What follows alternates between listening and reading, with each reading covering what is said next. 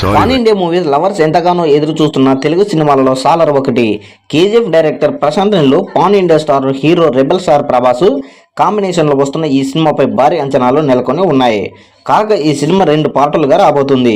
ఇప్పటికే trailer first సింగిల్తో ఈ cinema super craze సంపాదించుకోగా తాజాగా మూవీ టీం మరో సాలిడ్ ట్రైలర్ని రిలీజ్ చేసింది. ప్రభాస్ అభిమానులు మరింత ఖుషి చేసింది. ఈ ట్రైలర్ కోసం అభిమానులు నిన్న రాత్రి నుంచి ఎదురు చూడగా ఎన్నో పోస్ట్ పోన్లు తర్వాత ఈ రోజు మధ్యాహ్నం ఈ సినిమా మేకర్స్ ట్రైలర్ని విడుదల చేశారు. ఇక ఈ చిత్రం ట్రైలర్ విషయానికి వస్తే మొదటి ట్రైలర్ లాగానే రెండవ ట్రైలర్ మొత్తం కూడా భారీ యాక్షన్ సన్నివేశాలతో నిండిపోయింది.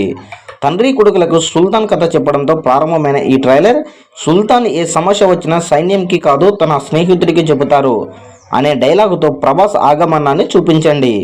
ఇక అక్కడ నుంచి ప్రశాంత్ నీల్ స్టైల్లో విపరీతమైన గన్స్ వాడక, పొలిటికల్ గేమ్స్, భారీ యాక్షన్ సీక్వెల్తో ఈ ట్రైలర్ నిండిపోయింది.